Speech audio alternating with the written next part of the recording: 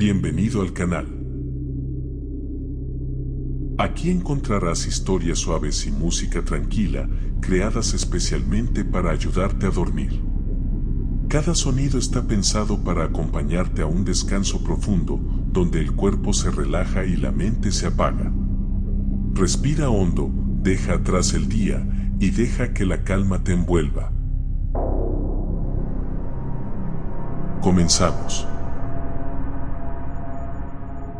Richard Ramírez. El acechador nocturno.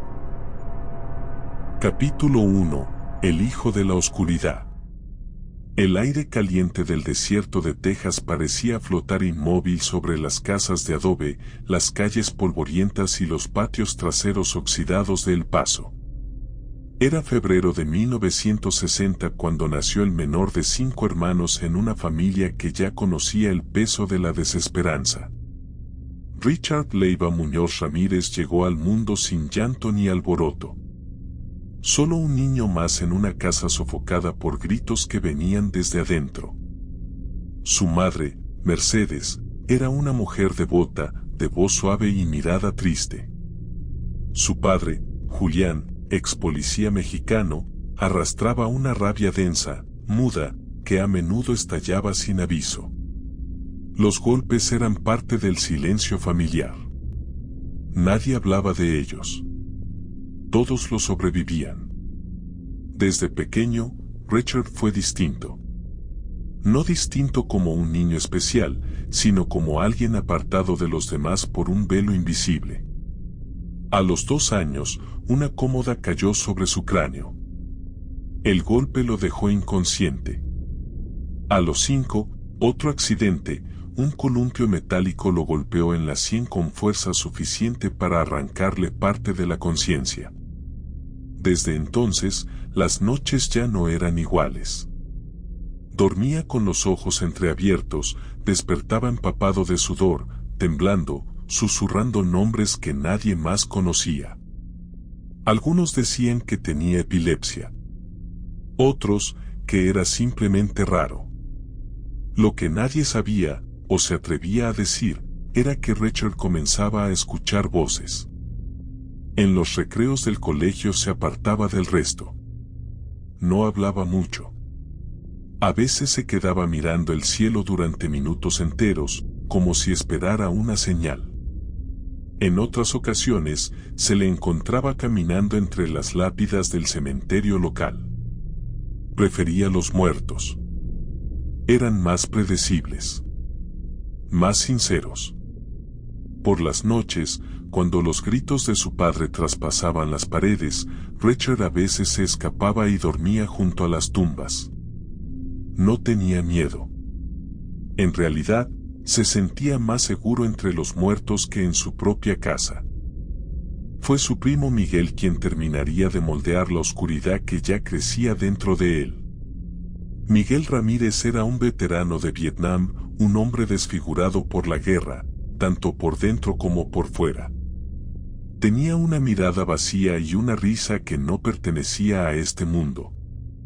Cuando regresó a El Paso, se convirtió en el ídolo de Richard. Miguel tenía historias, fotografías y cicatrices. Mostraba las imágenes a su joven primo con un orgullo que rozaba la locura: mujeres decapitadas, cuerpos abiertos por la mitad, soldados estadounidenses sonriendo frente a montañas de cadáveres. Richard no apartaba la vista. Absorbía cada palabra. Aprendía. Una tarde, mientras fumaban marihuana en el garaje, Miguel le habló de cosas que iban más allá de la guerra. Le habló del diablo. No como un símbolo, no como un castigo, sino como una fuerza real. Un ser que podía darte poder si sabías cómo buscarlo. Le enseñó cómo rezar al revés.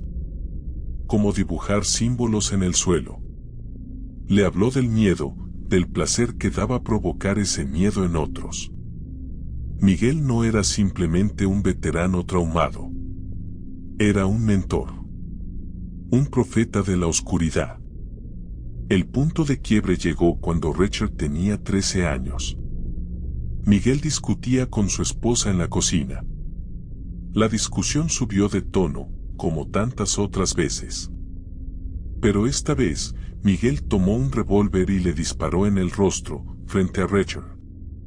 La mujer cayó al suelo como una muñeca rota, con la sangre formando un charco rojo en el suelo gris. Richard no gritó. No huyó. Solo observó. Frío.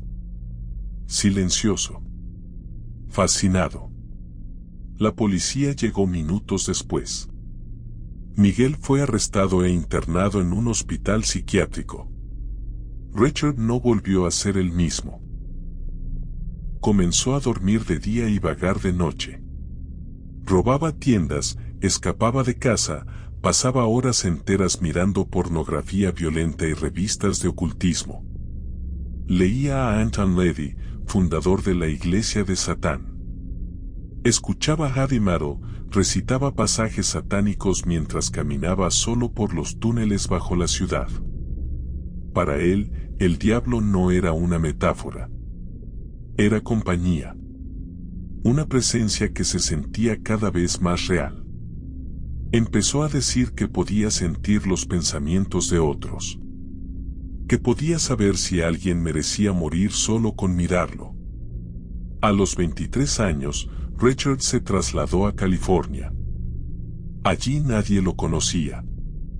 Era un rostro más entre los cientos de vagabundos, adictos y almas errantes que recorrían las avenidas de Los Ángeles.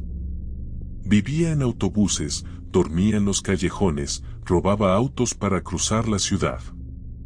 Usaba la estación central como base, deambulando por las noches con los dientes amarillos, los ojos hundidos y la mirada de quien ya no distingue el sueño de la vigilia. En su bolsillo llevaba una Biblia satánica. En la otra, un cuchillo oxidado. La primera vez que mató en California fue en junio de 1984. Jenny Vinco, una anciana de 79 años, fue hallada muerta en su apartamento de Glassell Park. Había sido apuñalada múltiples veces. Su cuello casi fue seccionado. El cuerpo fue encontrado por su hijo. No había señales de entrada forzada, pero la ventana estaba abierta. Sobre el cuerpo, un pentagrama dibujado con lo que parecía ser sangre. La policía no hizo pública esa información. Pero Richard lo sabía. Sabía que estaban buscando a un hombre común. Y eso lo divertía. A menudo caminaba entre los patrulleros, escuchaba las radios de la policía con una sonrisa. Se sentía invencible. Invisible. Decía que el diablo lo protegía. Y que él, a cambio, debía ofrecerle miedo. No muerte. Miedo. Porque según Richard, era el miedo lo que alimentaba a las sombras. Lo que vino después fue una sucesión de horrores sin patrón aparente. Entraba a las casas sin preferencia por edad, género, raza o condición. Mataba como quien abre una puerta. A veces golpeaba, a veces disparaba, otras apuñalaba. En ocasiones violaba a las víctimas antes, durante o después del asesinato. A veces las obligaba a jurar lealtad al diablo antes de morir. En otras, simplemente las observaba. Decía que podía ver el alma abandonar el cuerpo. Que era en ese instante, en esa fracción de segundo, cuando él sentía el verdadero poder. Los medios lo llamaron primero The Valley Intruder, el intruso del valle. Luego simplemente, The Night Stalker, el acechador nocturno. Las autoridades estaban desconcertadas. No había patrón. No había lógica. Solo caos. Y eso lo hacía aún más aterrador.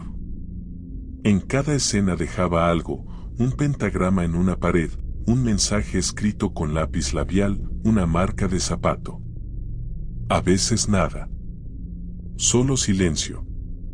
Las personas comenzaron a cerrar sus puertas con triple seguro.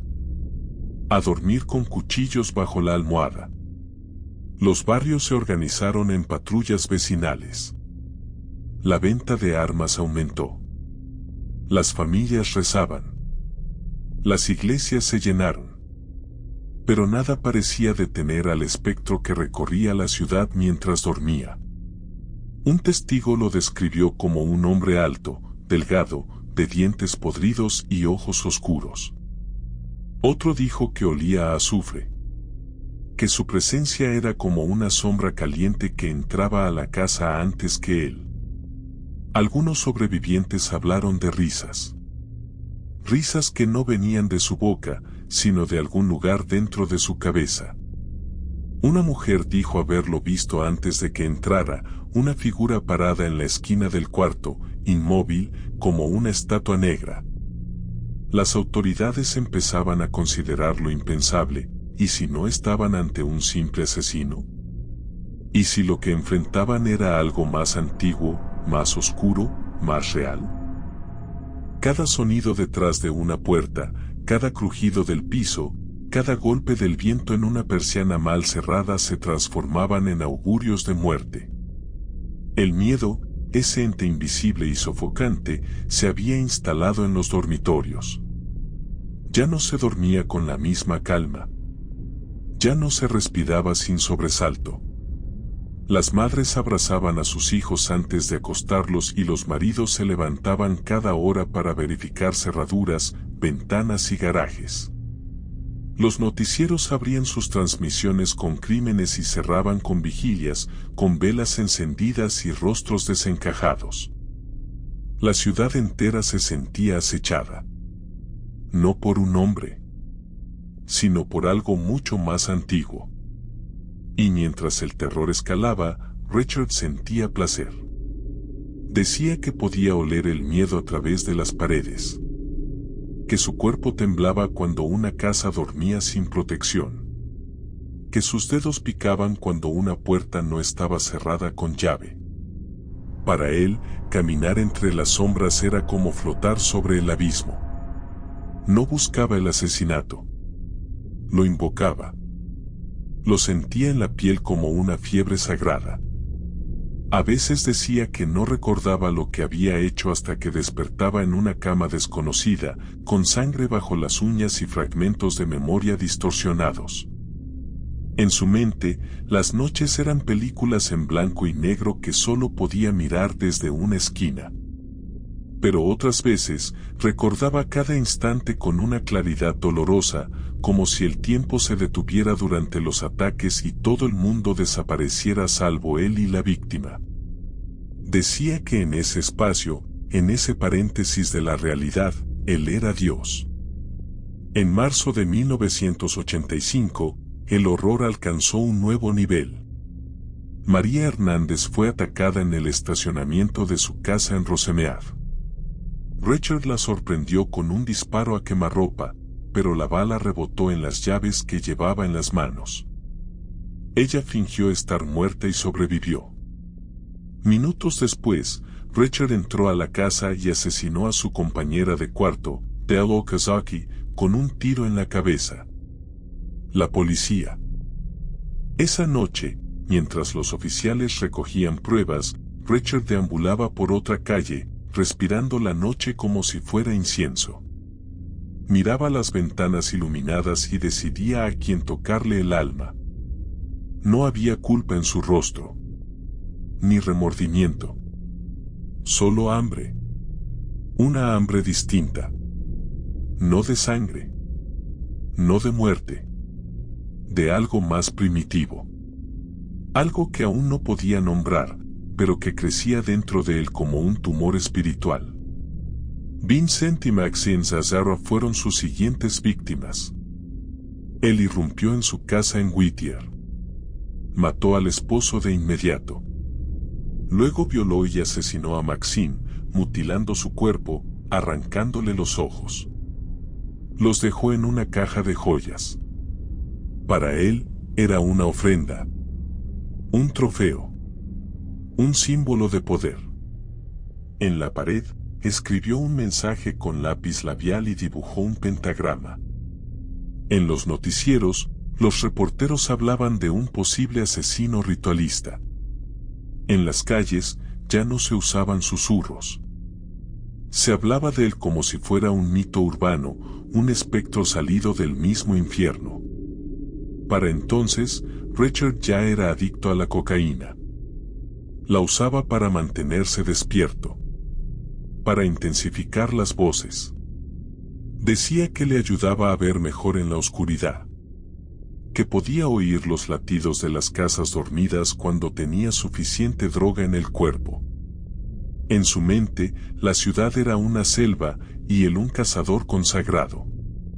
Cada víctima era un sacrificio. No por venganza, no por placer carnal, por algo más grande. Los sueños de Richard eran siempre los mismos. Túneles, espejos rotos, una figura alta con ojos de fuego, una voz que salía de debajo de la tierra y le susurraba su nombre como un mantra.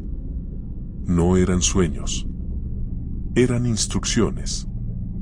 Y él obedecía. Después del ataque a los Hazara, la policía decidió filtrar algunos detalles. El zapato había, el calibre del arma, las marcas en las paredes. La presión pública exigía resultados. No seguía un patrón. Cambiaba de vehículo constantemente. Robaba autos, cambiaba de barrio, alteraba su vestimenta. Se movía con el viento. Nunca dormía 2 noches en el mismo lugar. Tenía escondites en zonas industriales, callejones y moteles infestados de cucarachas. Se alimentaba de restos, de basura, de lo que encontraba. No necesitaba comodidad. Solo anonimato. A mediados de mayo, irrumpió en la casa de Bill Dorr, un hombre de 66 años, y su esposa Lillian, de 56. Disparó a Bill y luego violó a Lillian mientras ella escuchaba a su esposo agonizar. Antes de irse, obligó a la mujer a jurar lealtad al diablo. Luego se perdió entre los callejones, como si nunca hubiera estado ahí. Y cada vez que atacaba, dejaba una señal. A veces un dibujo, a veces una frase. Otras, simplemente un silencio que hablaba más que 1000 gritos.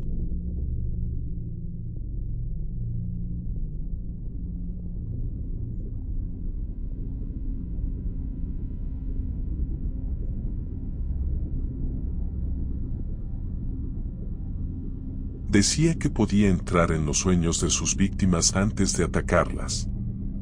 Que las veía llorar desde dentro. Que podía oler sus pecados. Lo decía con una voz monótona, sin emoción. Como si hablara del clima. Los medios lo bautizaron oficialmente, The Night Stalker. Y el nombre se extendió como una epidemia. En las iglesias, se hablaba de él como de una plaga. Algunos pastores afirmaban que era la manifestación de una guerra espiritual. Que el mal se había encarnado. Que había que rezar más fuerte, proteger los hogares con agua bendita. Otros decían que era simplemente un producto de la decadencia moral. Pero todos coincidían en algo, no era humano. Y Chad escuchaba todo eso con una sonrisa. Le encantaba leer los diarios. Reunía recortes. Subrayaba frases. Hijo de Satán, la bestia de California, el demonio de medianoche. Los guardaba en bolsas sucias, como trofeos. Decía que algún día serían reliquias. Que alguien rezaría sobre ellos. O los quemaría en un altar. A veces, durante los ataques, hablaba con las víctimas. Les preguntaba si creían en Dios. Si alguna vez habían pecado. Si sentían miedo. Luego se reía. Una risa hueca, sin alegría. Una risa que no nacía en la garganta, sino más abajo. Algunos sobrevivientes afirmaron haber visto figuras oscuras en la habitación segundos antes del ataque. Otros dijeron que escucharon pasos cuando estaban solos. Uno de ellos, un niño que sobrevivió escondido bajo la cama, dijo haber sentido una sombra que respiraba por la boca abierta del armario. En la casa de una de sus víctimas, la policía encontró velas negras, símbolos satánicos y sangre en espiral sobre el suelo. Nada había sido robado. Solo había muerte. Y una sensación de presencia persistente, como si la casa aún estuviera respirando. Para entonces, la policía había comenzado a recibir llamadas de psíquicos, sacerdotes, fanáticos. Algunos decían conocer la identidad del asesino. Otros ofrecían rituales para protegerse. Uno incluso afirmó que había tenido un sueño en el que la muerte caminaba con zapatos negros y gafas de sol y que olía a óxido y sal. Y entonces llegó el caso de la niña. Fue en el condado de Orange. Una pequeña de 6 años fue secuestrada de su habitación, llevada en auto a kilómetros de distancia, abusada, golpeada y abandonada en un sótano. Pero sobrevivió. La policía encontró huellas parciales. ADN. Finalmente, una pista tangible. Aunque tardarían meses en conectarlo con Richard, esa fue la primera vez que el monstruo cometió un error. Él no lo sabía. Esa noche escribió en una pared con carbón, "Yo soy Satán". Y no dejó de matar. Entró en una casa en Arcadia, disparó a una mujer dormida y luego disparó a su esposo cuando intentó ayudarla. Se llevó algunas joyas, dibujó otro pentagrama. Cada crimen lo acercaba más al límite. A veces se quedaba en la casa durante horas. Abría la heladera. Escuchaba música. Se bañaba. Dejaba huellas por todas partes como si no le importara. Como si estuviera esperando ser atrapado. Como si eso también formara parte del ritual. Un detective dijo una vez que, al entrar a una de esas casas, sintió que lo observaban. Que había algo que no pertenecía. Algo que no se había ido. El calor del verano hacía hervir los nervios. La ciudad estaba al borde del colapso emocional. Ya no era un asesino suelto. Era una entidad. Una mancha sobre el alma colectiva. Y Richard, en el centro, alimentaba ese miedo con devoción. Una noche, se acercó a una iglesia católica. Entró, se sentó en el fondo y miró la cruz. Dicen que sonrió. Que murmuró algo en un idioma irreconocible. Luego se fue. Al día siguiente, atacó nuevamente. No buscaba redención. Buscaba intensidad. Y esa intensidad aún no había alcanzado su punto más alto. Richard empezaba a dejar de ser un fantasma. Sus ataques ya no ocurrían en silencio. La ciudad entera sentía su presencia incluso antes de que actuara. Había algo en el aire, un espesor invisible, una vibración indescifrable que descendía sobre los techos como una nube negra cada vez que él se acercaba. Era como si la muerte avisara. Como si el ambiente mismo lo delatara, aunque ya fuera demasiado tarde para quienes lo sentían. Para entonces, el acechador nocturno había perfeccionado su método. Cambiaba de vehículo, de arma, de zona. A veces irrumpía en una casa del este de Los Ángeles y la noche siguiente cruzaba más de 40 millas hasta el norte, donde otra familia era destrozada por su furia sin nombre. Nadie entendía por qué elegía a unos sí y a otros no. No había lógica, ni perfil, ni patrón. Solo caos. Y dentro del caos, él se sentía invencible. Porque, como decía una y otra vez, el diablo no necesita explicación. Una madrugada, entró a la casa de la familia Covenant en Monterey Park. Primero fue el disparo. El padre murió al instante. Luego la madre. Los niños, escondidos bajo las sábanas, escucharon los pasos, los susurros. Richard caminaba descalzo por la alfombra ensangrentada. Se detuvo frente a un espejo. Se miró. Se dibujó un símbolo en la frente con el dedo mojado en sangre. Luego se marchó sin mirar atrás. Al día siguiente, uno de los niños sobrevivientes afirmó que antes de disparar, el hombre murmuró algo en una lengua que no entendía. Que la habitación se volvió más fría. Que incluso el reloj de pared se detuvo durante un instante. Los investigadores comenzaron a advertir un patrón oculto. No en los actos, sino en la intención. Muchos cadáveres aparecían en posiciones antinaturales. Algunas manos extendidas, otras torcidas, como si hubieran sido colocadas así. Ojos tapados. Velas movidas. Símbolos de origen esotérico garabateados en techos, detrás de puertas, bajo las mesas. Uno de los detectives más veteranos dijo en una reunión privada. Y mientras la policía comenzaba a conectar esos hilos invisibles, Richard los intensificaba. En una noche de julio, atacó a 2 mujeres ancianas en su casa del sur de California. Una murió. La otra sobrevivió. Ambas fueron torturadas. El testimonio de la sobreviviente hizo temblar a los agentes que la interrogaron. Él no tenía ojos. Solo un hueco negro. Como si no tuviera alma. Me dijo que le entregara la mía. Que ya era tarde. Esa frase se repitió varias veces a lo largo del verano. Ya es tarde. La decían quienes sobrevivían, quienes lo escuchaban desde la oscuridad, incluso vecinos que creían haber visto una figura en sus patios antes de algún crimen. Como un eco. Como un maleficio que flotaba en el aire. Un taxista llamó a la policía afirmando haber llevado a un hombre con las mismas características físicas que durante todo el viaje repetía oraciones extrañas como si rezara en reversa. Al bajarse, le había dicho, Dios ya no escucha a esta ciudad.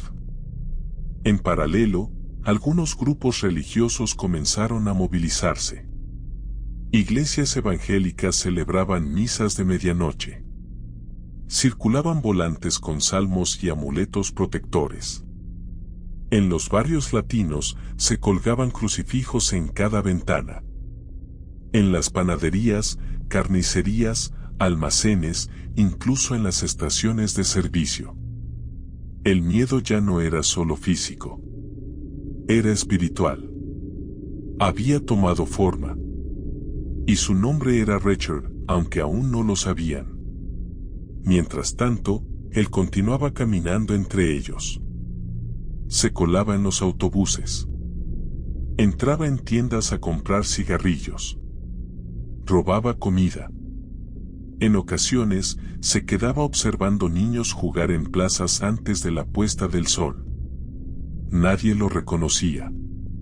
Nadie veía al demonio. Porque no llevaba cuernos ni cola. Llevaba una gorra. Un abrigo sucio. Dientes podridos. Y una mirada que nunca parpadeaba. Sus métodos se volvieron más erráticos. En una casa ató a una pareja con cables telefónicos, disparó al esposo y violó a la esposa frente al cadáver. Luego le dijo que debía agradecerle por dejarla vivir. El amo me dijo que te dejara ir, susurró antes de desaparecer en la oscuridad. En otra ocasión, entró en un dormitorio donde dormía una familia completa. Mató a los padres, tomó a la hija adolescente, la llevó al baño, le dijo que cerrara los ojos y comenzó a recitar oraciones satánicas mientras se desnudaba. Luego la liberó.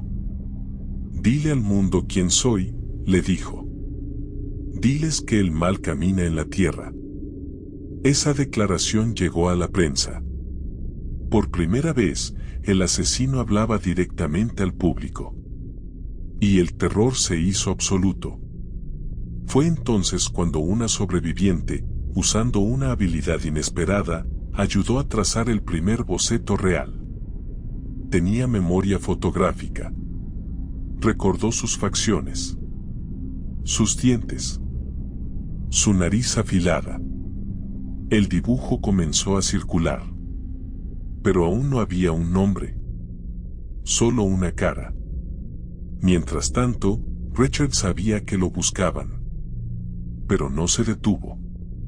Más aún, se volvió temerario. Pasaba más tiempo en las casas, dejaba más huellas. Era como si quisiera ser visto. Como si la persecución formara parte del juego. Un paso más hacia una culminación que solo él entendía. Un día robó un auto y dejó el vehículo estacionado frente a una estación de policía. Dentro, un mensaje escrito en sangre: yo soy la noche. La policía no lo reveló públicamente. No quería alimentar su leyenda. Pero los oficiales sabían que eso no era una simple provocación. Era una advertencia. Poco después, atacó en San Francisco. El alcalde intentó ocultar los detalles. No quería pánico. Pero el mensaje en la pared fue imposible de ignorar. Hell's Eden 666. El patrón se había extendido. Ya no era solo Los Ángeles. Era California entera la que se encontraba bajo la sombra. Esa noche, Richard caminó por la costa. Descalzo. Escuchando la respiración del mar. Decía que el agua hablaba. Que el diablo le mostraba rostros entre las olas. Y en cada rostro, una próxima víctima. Los detectives, ya desesperados, comenzaron a trabajar con perfiles psicológicos. Psicólogos, criminólogos, expertos en simbología. Todos coincidían en algo: era alguien criado en el trauma, con una conexión profunda con la violencia, pero también con lo místico. No se trataba de un asesino común. Era un creyente. Un fanático de la destrucción. Y probablemente, un hombre que ya había cruzado el umbral de la locura hacía tiempo. Las teorías más extremas hablaban de posesión. De pactos. De satanismo puro. Una idea que antes parecía absurda empezó a tener peso: ¿y si Richard no actuaba solo? ¿Y si era el instrumento de algo más grande? Mientras tanto, las comunidades latinas comenzaban a murmurar entre sí. Había quienes recordaban historias antiguas. Leyendas. Hombres que vendían sus almas para obtener poder. Curanderas que afirmaban haber visto su sombra entre sus sueños. Algunos decían que no podía ser detenido porque ya estaba muerto. Que lo habían visto flotando por encima de los árboles. Que su voz se escuchaba en los teléfonos antes de que sonaran. Historias imposibles, pero cada vez más frecuentes. Y entre ellas, un rumor: el acechador tenía nombre.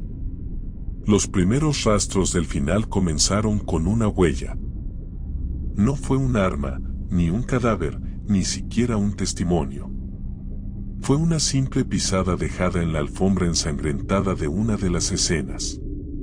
Un zapato deportivo Avia, talla inusual, con un patrón específico.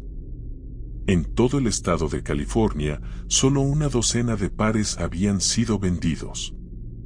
Y uno de ellos, se confirmó luego, había sido robado en un local de segunda mano meses antes.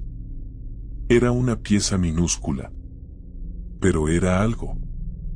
Richard no lo sabía. Caminaba como siempre, sintiéndose intocable.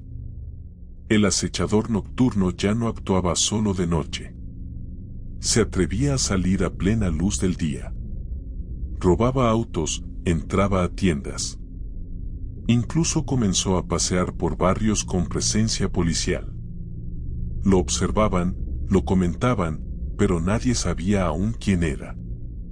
La presión sobre la policía era asfixiante. Las conferencias de prensa se multiplicaban. Cada vez que aparecía una víctima, las cámaras captaban el rostro desencajado de los oficiales que sabían que fallaban una y otra vez. Pero entonces, un milagro, el auto que Richard había robado para su último ataque fue hallado. Abandonado, sucio, oxidado. En su interior, una sola huella dactilar. Intacta. La enviaron al laboratorio. Días después, la base de datos devolvió un nombre. Un nombre que no decía nada al público, pero que en las oficinas del Departamento de Policía de Los Ángeles cayó como una bomba: Richard Leiva Ramírez, nacido en El Paso, Texas. Su historial no era impresionante. Robos menores. Tráfico de drogas. Un intento de agresión sexual. Pero el rostro coincidía con el retrato hablado. Los dientes podridos. La estructura ósea. El historial psiquiátrico. La obsesión con el ocultismo. El vínculo con el primo excombatiente. Todo encajaba. El velo, finalmente, comenzaba a caer. El 30 de agosto de 1985, la policía filtró su imagen a los medios.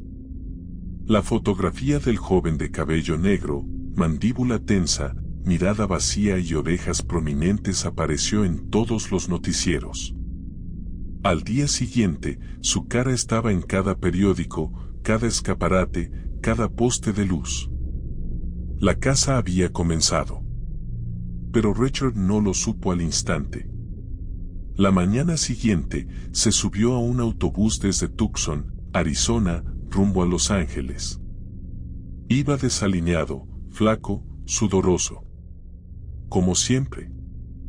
Durante el trayecto, no habló con nadie.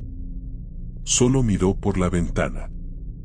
Cuando bajó en la terminal, notó algo raro: los policías miraban los diarios. La gente susurraba. Sentía las miradas. Una mujer, al verlo pasar, soltó el periódico. Su rostro lo miraba desde la portada.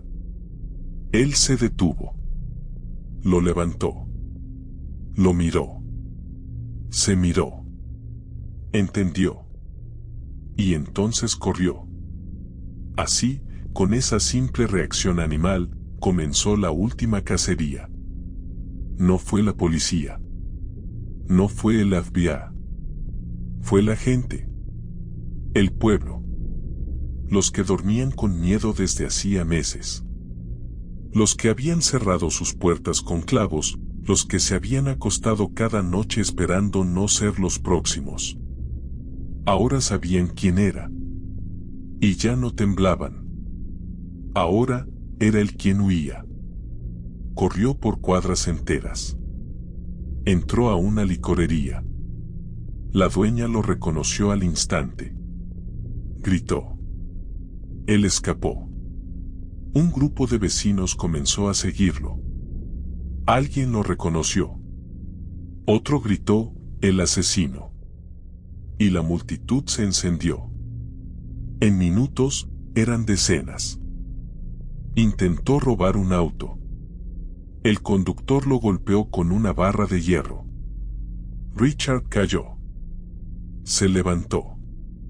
Corrió. Cruzó avenidas. Intentó escalar un muro. Otro hombre lo atrapó del pantalón y lo tiró al suelo. En cuestión de segundos, una turba lo rodeaba. Lo golpeaban. Le gritaban. Uno le rompió los dientes. Otro le partió la ceja con una piedra. Una mujer le escupió en la cara mientras le gritaba: por los niños.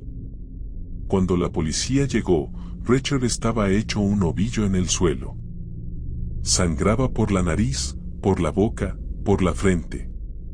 Uno de los agentes tuvo que disparar al aire para dispersar a la multitud. La imagen es conocida: Richard, esposado, ensangrentado, con el rostro hinchado, siendo arrastrado por los oficiales hasta el patrullero. En su rostro, una sonrisa. No era una mueca de dolor. Era algo más. Una sonrisa serena, perturbadora, como si todo esto ya lo hubiera anticipado. En la estación, no opuso resistencia. Habló poco. Pidió un cigarro. Luego, mientras lo llevaban a la celda, se giró hacia el oficial que lo escoltaba y dijo: «Sabía que me encontrarían. El amo me lo mostró en un sueño». El policía no respondió. Durante las primeras semanas, el sistema judicial no sabía cómo proceder.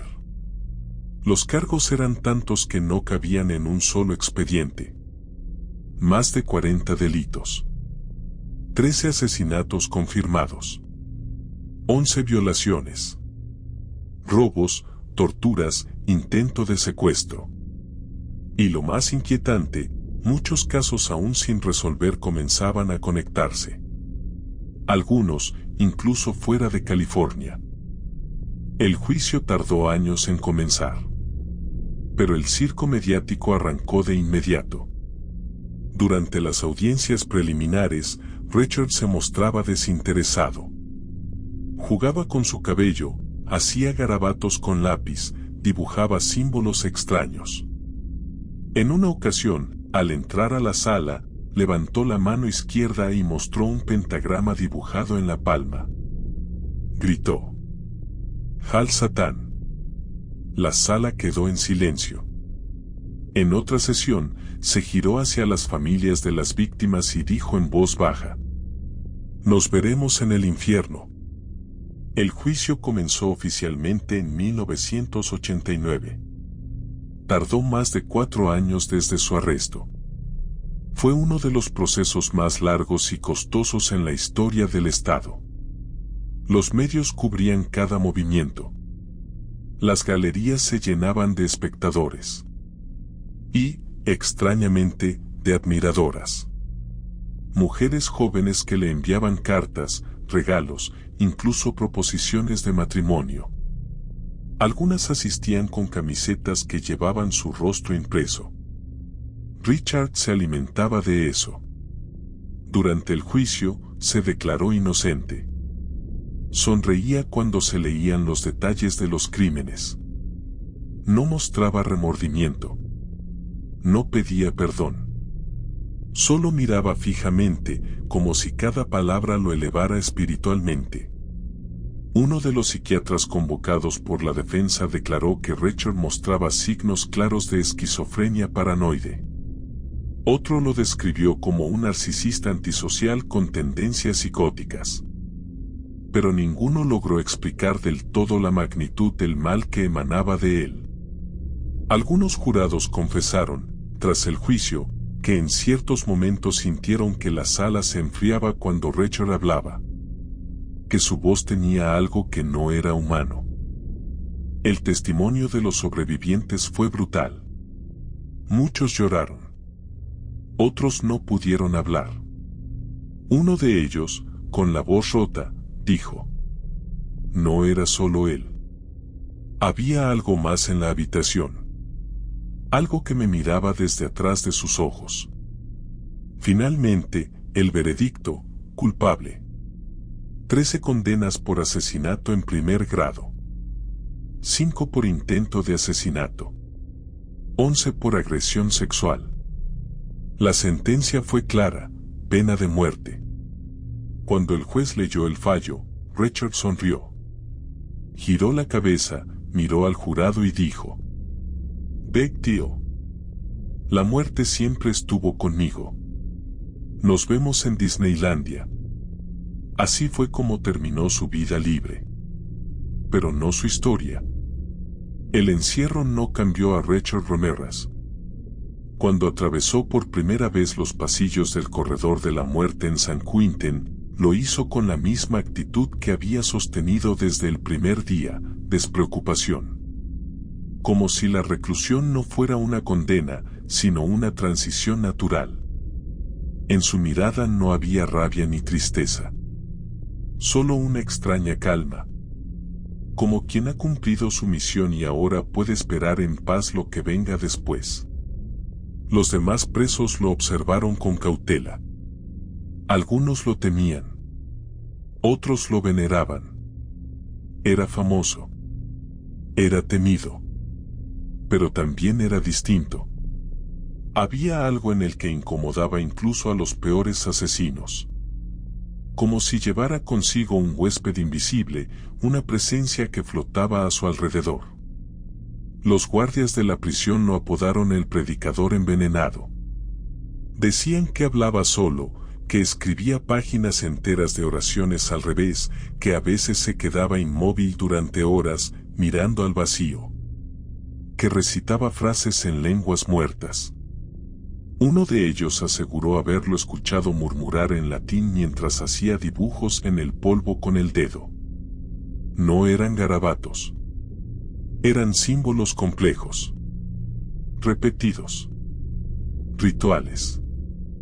Con el tiempo, la celda de Richard se convirtió en una especie de altar.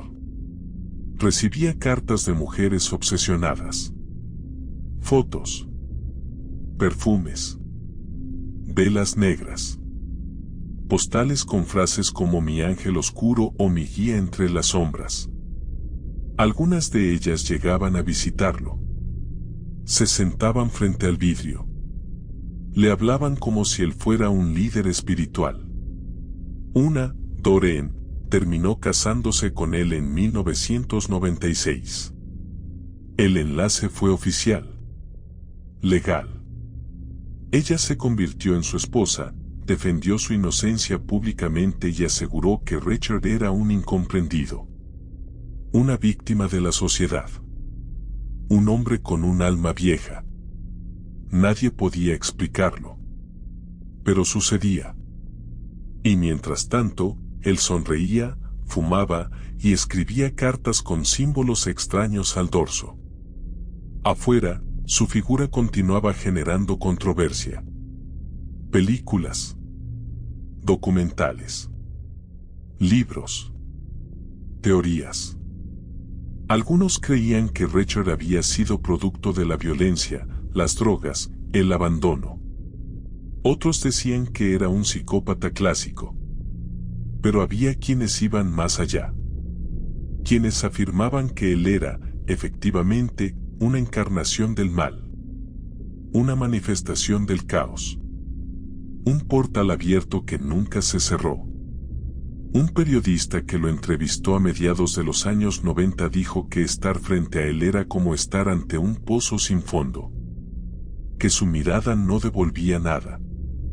Ni odio. Ni emoción. Ni pensamiento. Solo un silencio vivo. Y que ese silencio era lo más perturbador. Richard hablaba poco. Cuando lo hacía, usaba frases cortas, aforismos. Como si repitiera ideas que no le pertenecían. Decía que la muerte es el principio del todo. O que la verdadera libertad está en el interior. En una ocasión, le preguntaron si sentía culpa. Respondió: ¿por qué sentir culpa por lo que fui llamado a hacer? Nunca pidió perdón. Jamás mostró arrepentimiento. Para él, todo había sido parte de algo mayor. Un ciclo. Un llamado. Un destino. Los años pasaron. El juicio quedó atrás. La cobertura mediática se enfrió. La mayoría de los estadounidenses comenzó a olvidarlo. Pero en ciertos círculos, su figura siguió creciendo. Culturas underground. Grupos de ocultismo. Foros esotéricos. Algunos lo citaban como símbolo. Como inspiración. Como mártir. Su rostro era estampado en camisetas, portadas de discos, libros de poesía maldita. Y Richard nunca dijo que no. En prisión, su salud comenzó a deteriorarse. Padecía de una forma agresiva de linfoma. Sus dientes se seguían cayendo. Sus ojos se hundían más cada año. Perdía peso. Pero no hablaba de eso. Seguía escribiendo. Seguía recibiendo cartas. Seguía repitiendo sus oraciones silenciosas. Uno de los médicos penitenciarios, años después, confesó que le impresionaba que, a pesar del deterioro físico, Richard mantenía un tipo de energía inexplicable. Dijo: "Es como si algo dentro de él se negara a morir". En su último año con vida, se volvió más silencioso aún. Rara vez hablaba. Pasaba horas mirando por la ventana, como si esperara algo. A veces hacía pequeños dibujos en el vidrio empañado. Nadie sabía qué eran. Nadie quiso saber. Murió el 7 de junio de 2013, a los 53 años, en el Hospital General de Marin, sin haber sido ejecutado. Pasó casi 24 años en el corredor de la muerte. Su causa de muerte fue reportada como complicaciones derivadas de un linfoma. Pero los que lo conocieron, los que lo estudiaron, los que compartieron celda cerca de él, decían otra cosa. Decían que Richard no murió. Que simplemente salió del cuerpo. El rumor creció. Uno de los reclusos, entrevistado años después, afirmó haber soñado con él la misma noche que falleció. Dijo que lo vio caminando en el pasillo, con la misma sonrisa, con los mismos ojos oscuros. Que le dijo al pasar: "Esto recién empieza". El cuerpo fue cremado. No hubo funeral público. No hubo ceremonia. Su esposa se alejó de los medios. Las cartas cesaron. Pero en algunas partes del mundo, en iglesias abandonadas, en blogs oscuros, en habitaciones donde el horror se colecciona como arte, su nombre aún se pronuncia en voz baja. Y en algunos círculos, muy pequeños, se sigue creyendo que Richard Ramirez no fue solo un asesino, sino un canal, una grieta, una advertencia. Porque mientras caminaba entre nosotros, parecía haber algo más que un hombre detrás de esos ojos vacíos. Y aunque su cuerpo se apagó, lo que lo habitaba, quizás nunca se fue. Capítulo 2. Ecos del abismo. La ciudad estaba viva, pero no lo sabía. Bajo el ruido de motores y alarmas, bajo el murmullo de televisores y el chillido de radios portátiles, se escondía algo más. Un zumbido tenue, grave, casi imperceptible. No venía de una máquina ni del tránsito. Era un sonido interior.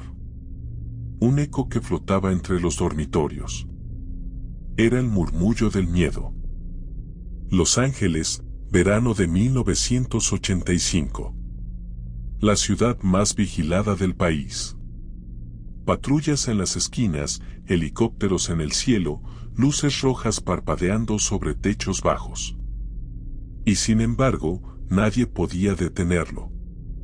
Ni las armas, ni los candados, ni las promesas. Porque Richard Ramirez no era solo un asesino. Era una grieta en la lógica. Una sombra que se escurría por los intersticios de lo real.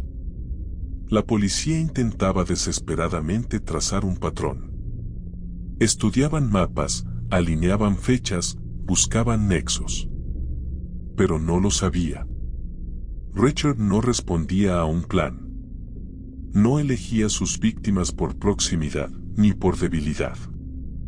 Las sentía. Decía que podía oler el momento. Como un perro que detecta la tormenta antes del trueno. Caminaba por los barrios hasta que una ventana mal cerrada, una cortina a medio correr, le susurraba al oído. Esa noche, caminaba por Highland Park. No sabía a dónde iba. Solo seguía la señal. Una calle de tierra. Una casa sin rejas. Dentro, un ventilador oscilaba de lado a lado. La luz de la cocina se apagó. Y entonces lo supo. ¡Ay! Esa casa. Esa noche. Ese cuerpo. Saltó la cerca como un reflejo.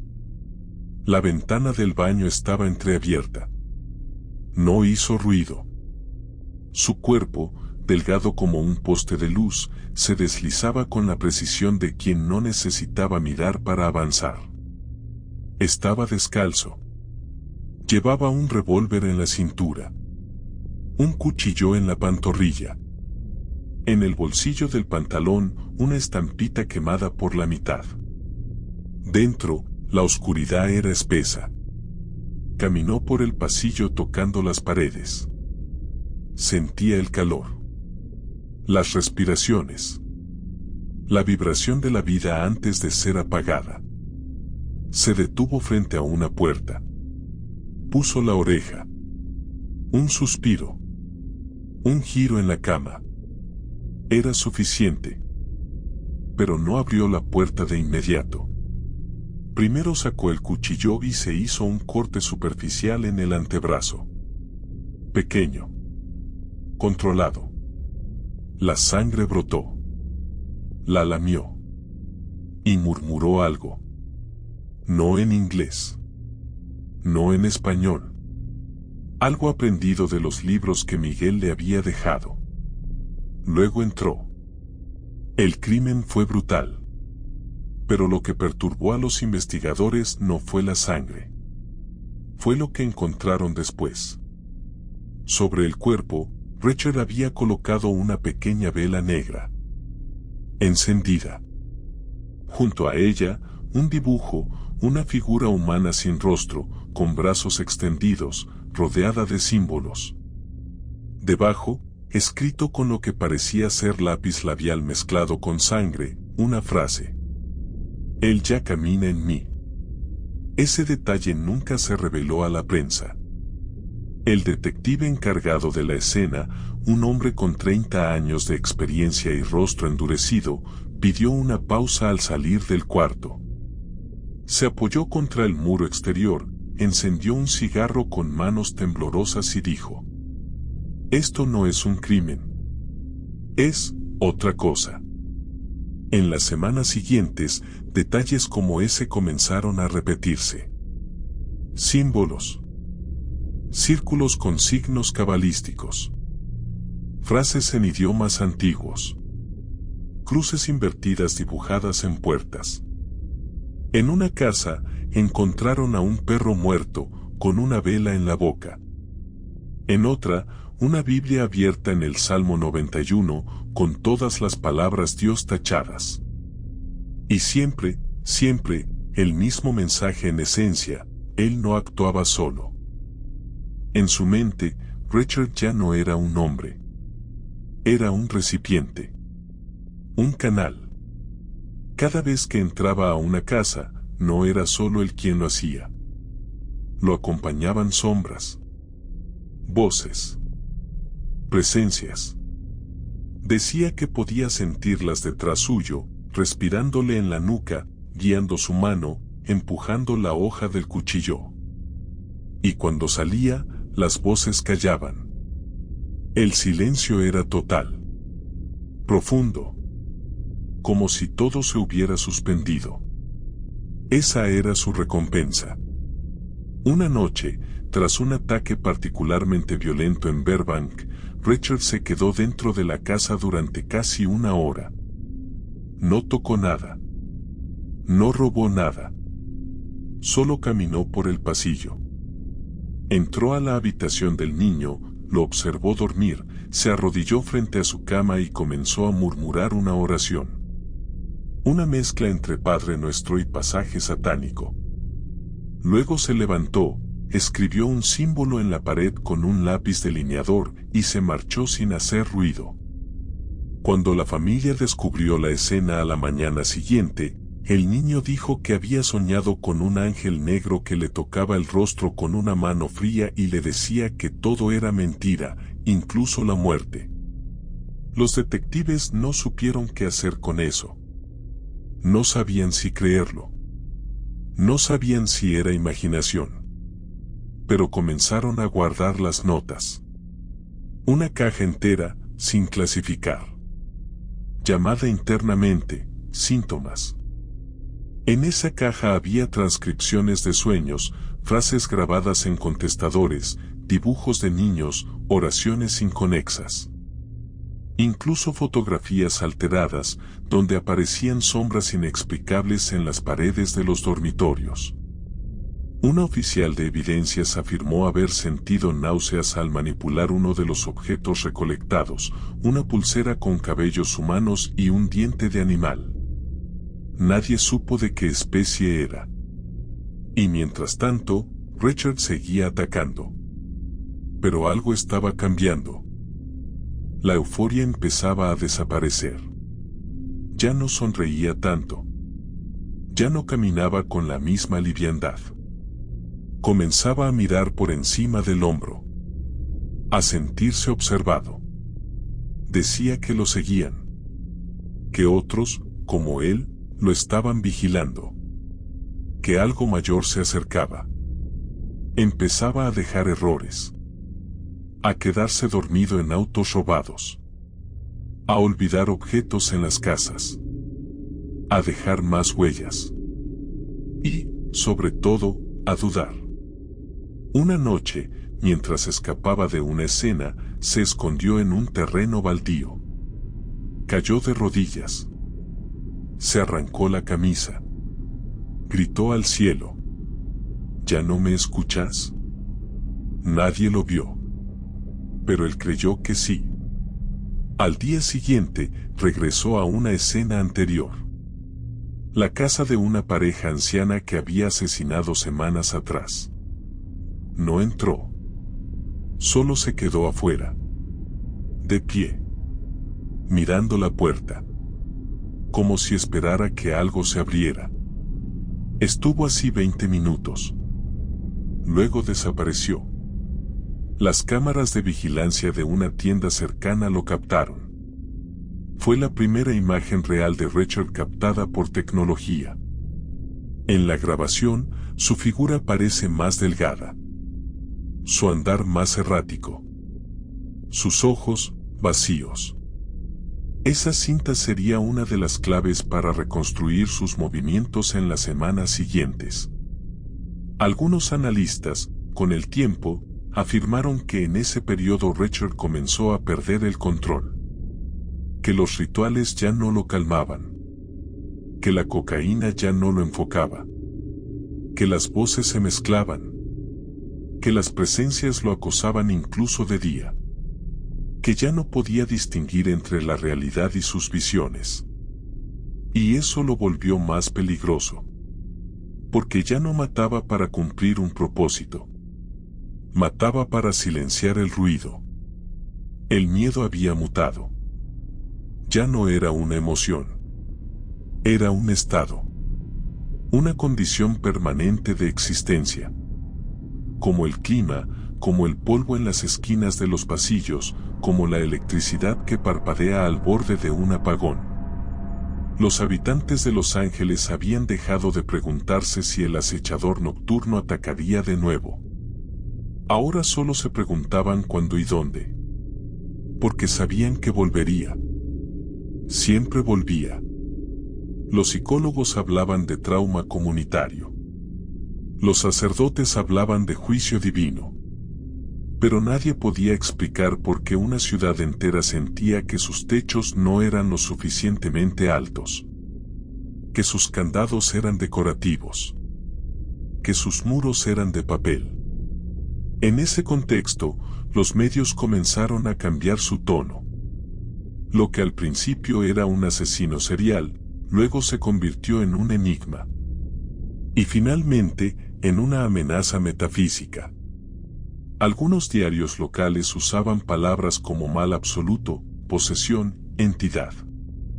La imagen de Richard, aún sin nombre en ese momento, circulaba en dibujos desdibujados, descripciones incompletas, rumores. Tiene los ojos como pozos, decía una mujer. Son como manchas de petróleo. El Departamento de Policía de Los Ángeles había formado un grupo interno, no oficial, llamado Unidad 08. Su tarea era seguir los indicios que no podían compartirse en ruedas de prensa. Testimonios que hablaban de sombras, de símbolos que se repetían, de olores a azufre. Las notas de Unidad 08 nunca fueron publicadas. Pero sobrevivieron. En cajas.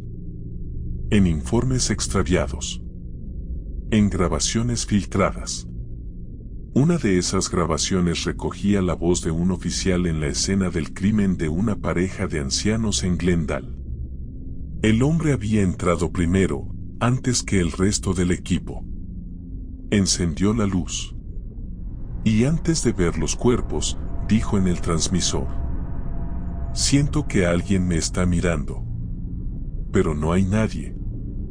Poco después, el resto del equipo ingresó. Encontraron a los dos ancianos muertos, el cuerpo de la mujer dispuesto en forma de cruz invertida sobre la alfombra, rodeada de figuras hechas con sal. En la pared, un espejo roto y una frase escrita con sangre. Todo lo que ves es mentira. Pero yo soy verdad. Era la letra de Rachel. Lo sabrían después. Esa noche, uno de los forenses del condado tuvo una crisis nerviosa al revisar las fotografías. Declaró que en una de las imágenes, detrás del cadáver, había un rostro en el reflejo del vidrio que no correspondía a ninguna de las personas presentes. El archivo fue marcado como error de exposición. Pero el hombre nunca volvió a trabajar. Mientras tanto, Rachel dormía en un colchón infestado de pulgas, en un motel del centro. A veces pasaba días enteros sin salir. Se encerraba con la cortina cerrada, la radio encendida en estática y un cuaderno. Allí escribía fragmentos, oraciones satánicas, nombres de víctimas, palabras en lenguas inventadas, dibujos de ojos dentro de círculos, relojes sin manecillas. En una página escribió, repetido más de 100 veces: no soy yo. No soy yo. No soy yo. Luego arrancó esa hoja y la quemó en el baño. Las drogas ya no le daban control. Lo sumergían en espirales. Comenzaba a ver cosas incluso cuando estaba sobrio. Decía que las paredes se movían, que los techos respiraban, que podía oír los pensamientos de los que lo observaban. En una ocasión, salió del motel gritando que el cielo se está pudriendo. Caminó 6 cuadras, se arrodilló frente a una iglesia cerrada y se echó a llorar. No por arrepentimiento, por rabia. Porque, según él, Dios lo había abandonado antes de nacer. Los informes de robos y asesinatos continuaban. Pero algo había cambiado. Las escenas eran más simbólicas, más teatrales. Como si Rachel ya no buscara solo matar, sino comunicar. En una casa, colocó una foto familiar sobre el cadáver, le quemó los ojos con un encendedor y escribió en la pared: veo sin ver. En otra, se llevó un crucifijo y dejó una estampita de San Miguel con una frase agregada al dorso: este no pelea por vos. Los detectives comenzaron a notar que las víctimas no solo morían. A menudo, eran convertidas en partes de un discurso oscuro. Un lenguaje. Un mensaje codificado que nadie lograba descifrar. Rachel no quería solo destruir cuerpos. Quería dejar una marca indeleble en la conciencia colectiva. En la radio, las llamadas se multiplicaban. Algunos decían haberlo visto en sus sueños. Otros afirmaban que sus relojes se detenían a las 3:33 cada madrugada. Una mujer juró que su gato hablaba con la voz de Richard mientras dormía. Un conductor de autobús afirmó haber llevado a un pasajero que susurraba su nombre completo sin haberlo dicho nunca. Las autoridades descartaban estos testimonios, pero los recopilaban, porque en ese punto ya no se sabía que era real. Uno de los casos más extraños ocurrió en Alhambra. Richard irrumpió en una casa, mató a un hombre, violó a la esposa y luego se sentó a cenar frente al cadáver. En la mesa, con los cubiertos, servido. La mujer amarrada en la habitación contigua lo escuchaba masticar en silencio. Después de 15 minutos, la puerta se abrió. Él entró. Le dio un bocado de pan con mermelada en la boca y le susurró: «La carne también es mentira». Luego se fue sin matarla. Esa mujer declaró que lo último que vio de él fue su sombra proyectada en la pared, con una forma que no coincidía con la del cuerpo. El miedo ya no era miedo. Era delirio. Era alucinación colectiva. Las personas dejaban luces encendidas toda la noche. Dormían en grupos. Algunos, incluso, se trasladaban a hoteles donde se suponía que había más seguridad. Pero incluso esos hoteles eran inseguros. Porque Richard había trabajado como botones en uno. Sabía cómo abrir habitaciones desde afuera. Sabía qué puertas eran más frágiles. Sabía cómo moverse sin ser visto. Y aún así, no lo atrapaban. La policía ya lo había sentido. Ya no era una cacería. Era una persecución sin rostro. Una guerra sin reglas. Y cada día que pasaba, Richard se sentía más despegado de sí mismo. Más flaco. Más pálido. Más ausente. Una noche, frente al espejo de un baño público, se quedó observando su reflejo durante más de 1 hora. Luego escribió en el vidrio empañado con su dedo: «Él ya no me necesita». Al día siguiente, mató a una mujer en Pasadena y dejó su cuerpo en forma fetal sobre la alfombra. A su lado, un reloj sin agujas. El reloj de la ciudad parecía detenerse cada vez que él salía a la calle. Había algo en su andar, delgado, suelto, sin apuro, que desentonaba con el ruido apurado de los ángeles. No caminaba con prisa ni con intención. Se desplazaba como un animal nocturno sin territorio, guiado por una fuerza que no respondía al tiempo ni al espacio. Y eso, justamente, era lo que más desconcertaba a los que trataban de atraparlo. Richard no respondía a ninguna lógica. Ni de asesino, ni de hombre. Parecía actuar desde un sitio más primitivo, más viejo o más lejano. Los expertos del departamento de policía comenzaron a dividirse. Algunos insistían en seguir los patrones de crimen tradicional, análisis de modus operandi, perfilación criminal, psicología forense. Otros, más en silencio, empezaron a hablar de lo que no se podía escribir en un informe. De lo que aparecía en los sueños. De lo que se sentía al entrar a una escena donde él había estado. Uno de esos agentes, joven aún, sin cicatrices en la mirada, escribió en su libreta personal una frase que luego sería hallada años más tarde, tras su renuncia. «Hay algo más. Lo supe cuando abrí la puerta». El aire era distinto. Porque no era solo lo que Richard hacía. Era lo que dejaba atrás. Una especie de vacío. Un residuo que impregnaba paredes, cortinas, libros, muñecos infantiles. Las víctimas no solo eran asesinadas. Eran marcadas. No físicamente. Energéticamente. Como si sus casas quedaran habitadas por algo más, incluso después de que los cuerpos eran retirados. Los forenses más experimentados comenzaban a enfermar sin razón clara. Náuseas, mareos, pesadillas.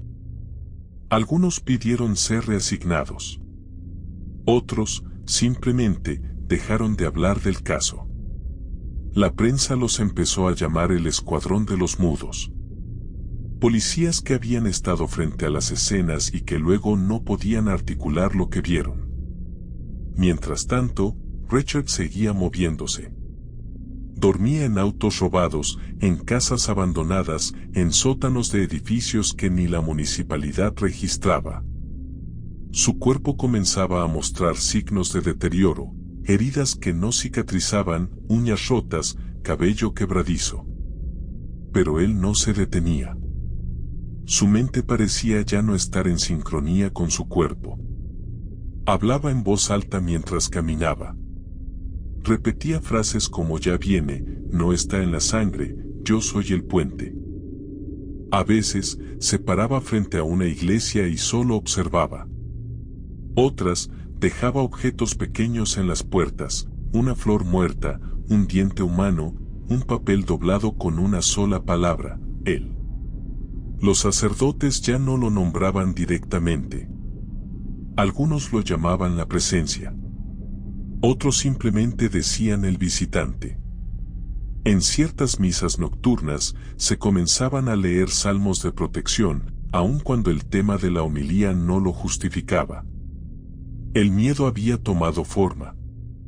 Y esa forma se llamaba Richard. Aunque muchos aún no conocían su nombre. En una escena en particular, en el suburbio de Northridge, una familia fue hallada sin vida. No había señales de lucha. Solo silencio. Las camas estaban hechas. Los cuerpos dispuestos como si durmieran. Una vela encendida en el centro del salón. Y un mensaje escrito en un espejo roto. El sueño fue tan dulce que nadie quiso despertar. Las autoridades trataron de explicarlo como envenenamiento, aunque pronto se descartó. Había marcas de entrada. Richard había estado allí. Pero no se había llevado nada. Solo había transformado la escena en una especie de obra. Como si lo que buscara no fuera la muerte, sino el efecto que producía. Los reporteros comenzaron a usar palabras como sacrificio y teatro ritual. Y no estaban equivocados. Porque Richard había dejado atrás el crimen como finalidad. Ahora, sus ataques eran casi ofrendas. Coreografías cuidadosamente desordenadas en las que cada objeto, cada postura, cada símbolo escondía algo. Uno de los detectives del condado de Ventura notó que los símbolos que aparecían en varias escenas no estaban hechos al azar, tenían relación con textos ocultistas del siglo XIX. Un investigador privado, contratado por una familia afectada, descubrió que algunos de los dibujos coincidían con diagramas rituales de invocación usados en sectas europeas ya extintas. ¿Richard leía eso? ¿Lo copiaba? ¿O simplemente lo recibía?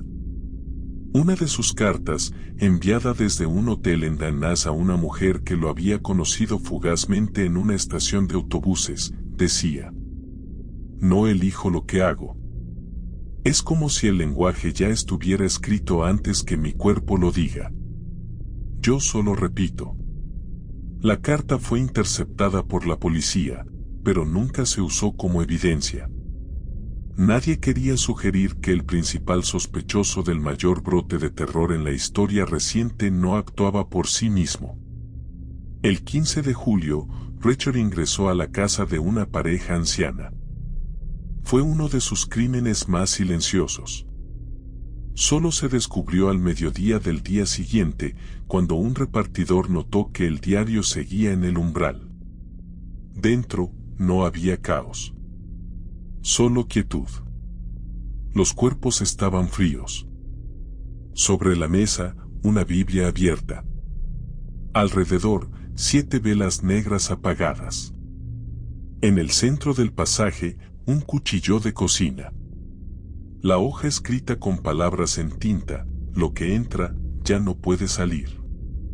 Esa escena fue la primera que el jefe de policía se negó a mostrar públicamente. Declaró que no se quería dar ideas a imitadores. Pero los que estuvieron allí sabían que esa no era la razón. Una oficial, recién llegada al cuerpo, fue asignada al levantamiento de objetos.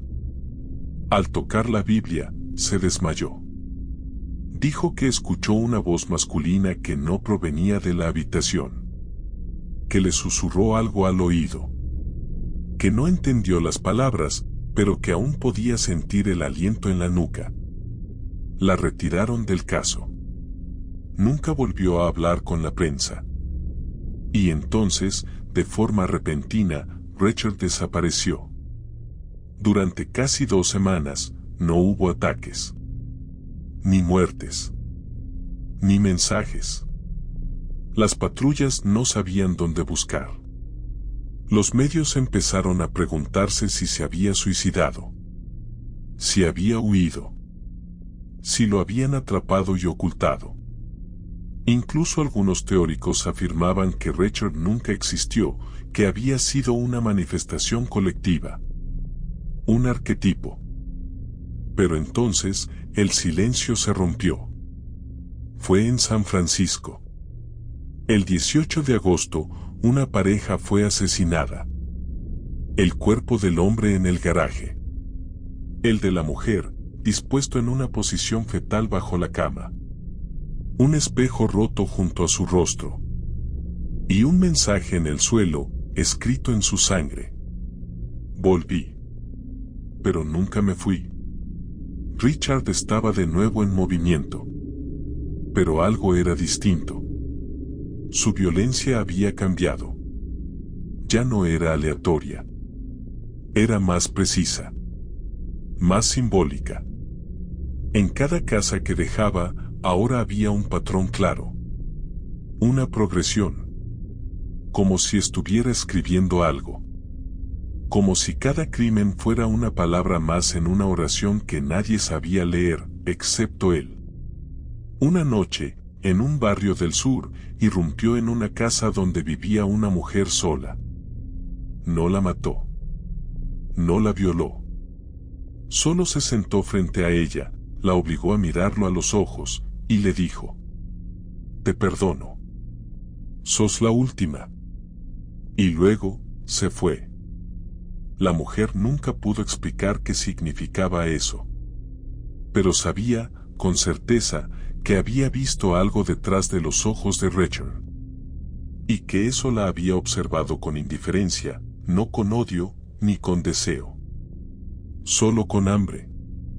El aire cambió. No de golpe. No con estruendo. Fue algo sutil. Como cuando la brisa que entra por la ventana deja de ser cálida.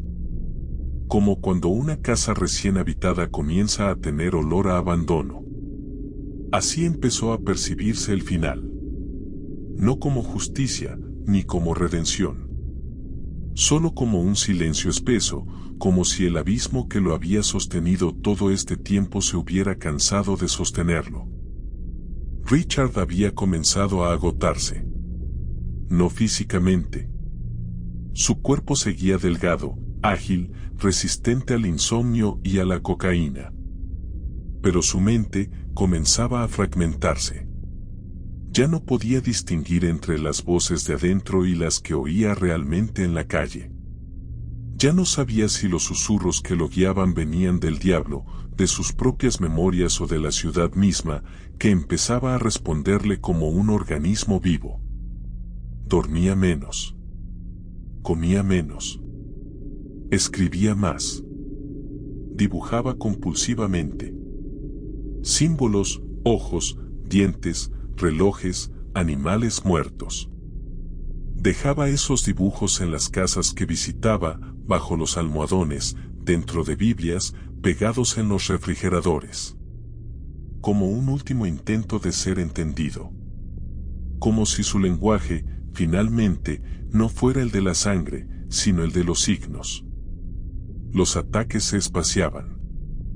Pero cuando ocurrían, eran más extraños. Una mujer hallada sin vida en su cocina, con una nota en la mano que decía, «Soy testigo». Nadie entendió qué significaba. No había indicios de lucha. En otra casa, una familia entera encontrada ilesa, salvo por una sola marca sobre cada frente, una línea con ceniza, una por persona. Los investigadores debatieron si había sido una señal. Si Richard había estado allí sin matar. Solo dejando constancia. Firmando. Como si dijera, estuve cerca. No dormían bien. Los barrios ya no hablaban de él como de un hombre. Los niños decían que el acechador entraba por las paredes. Que no necesitaba puertas. Que podía meterse en las casas si alguien pensaba en él. Algunos adultos, en estado de paranoia, comenzaron a colocar espejos frente a las puertas. Otros dormían en iglesias. Las tiendas de artículos religiosos se quedaron sin crucifijos. Y mientras tanto, él seguía rondando. Una madrugada, caminó hasta el muelle de Santa Mónica. Solo. Descalzo. Se sentó en el extremo, colgó las piernas sobre el agua y se quedó mirando el mar durante más de una hora. Luego, con una navaja oxidada, talló algo en la madera. Una palabra. Un nombre. Nadie la vio a tiempo. Un barrendero la raspó al amanecer. Pero una foto policial la captó segundos antes, Lilith. Ese fue el último mensaje antes del quiebre. Porque a finales de agosto de 1985, Richard cometió un error. Uno pequeño. Una huella mal cubierta. Un auto abandonado con restos de tejido. Un cabello en una almohada. Y una base de datos que, lentamente, empezó a trabajar en su contra. La policía no hizo ruido. Cruzó registros. Analizó comparaciones. Trazó líneas. Y una noche, una coincidencia, Richard Leiva Muñoz Ramírez. Joven. Origen texano. Historial de robo. Problemas mentales. Parientes con conexión militar. Fotografía en archivos. Huella coincidente. Perfil compatible. Cuando los investigadores vieron el rostro por primera vez, lo supieron. No por su expresión. No por sus antecedentes. Por sus ojos. Eran exactamente como los habían descrito todos. Vacíos. Sin centro. Como si no reflejaran nada. Y entonces, el miedo cambió de forma.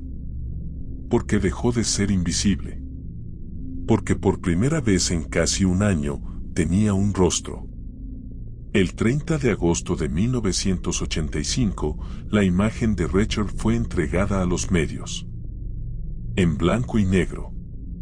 Con el cabello largo, las cejas caídas, la mandíbula afilada.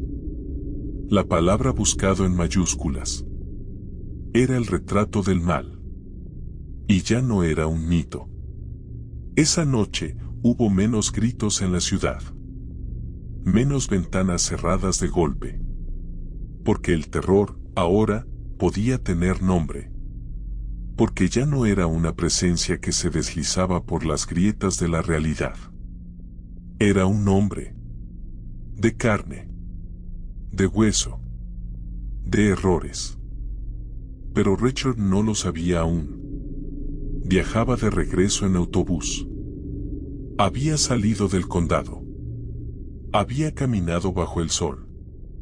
Y cuando bajó en la estación central de Los Ángeles, todo había cambiado.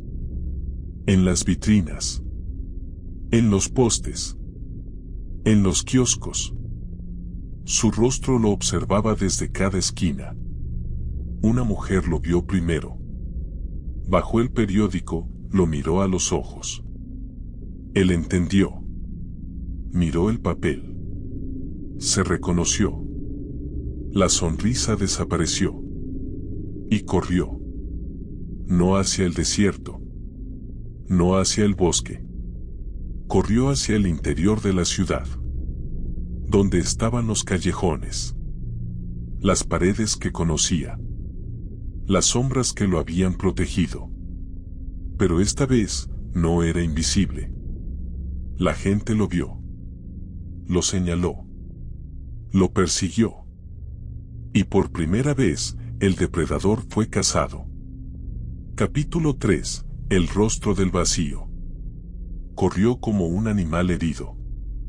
La estación de autobuses quedó atrás entre gritos, neumáticos y murmullos. Su figura delgada y nerviosa zigzagueaba entre los autos, los puestos callejeros, los rostros que se volvían hacia él como si todos, simultáneamente, recordaran un sueño antiguo y terrible. Su imagen ya estaba en los diarios. En cada televisión. En cada cartel improvisado. Los ojos vacíos. La mandíbula afilada. El nombre que por fin tenía cuerpo. Richard Ramírez. No había planeado volver ese día. No había elegido esa hora. Fue, simplemente, otro acto guiado por la inercia con la que vivía. Y sin embargo, ahora estaba corriendo. No hacia la noche, como antes. No hacia la próxima casa. Ahora huía del día. De la luz. De la gente que ya no temblaba, sino que lo señalaba. La mujer que lo reconoció gritó. El primero que lo persiguió fue un hombre de mediana edad con uniforme de mantenimiento. Luego se sumaron 2 jóvenes. Y en menos de 5 minutos, eran una docena. En los barrios donde antes se cerraban las puertas al anochecer, ahora las ventanas se abrían.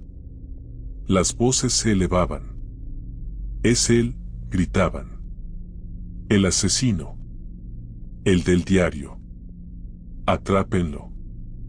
Intentó robar un auto. Forzó la puerta de un viejo Mustang estacionado en la acera. Pero el dueño, al verlo, no vaciló. Lo enfrentó. Lo empujó contra el suelo. Richard se levantó. Corrió. Cayó. Sangraba por la boca. Alguien le arrojó una piedra. Otro, una tabla. Fue acorralado. Golpeado. El demonio se retorcía ahora bajo los puños de los vivos. La policía llegó tarde. Y apenas a tiempo. Dispararon al aire. La multitud retrocedió a regañadientes. Los oficiales lo rodearon. Lo esposaron. Y lo arrastraron hacia el patrullero. Su rostro estaba hinchado. Uno de sus ojos comenzaba a cerrarse. Tenía sangre en los dientes. Pero sonreía.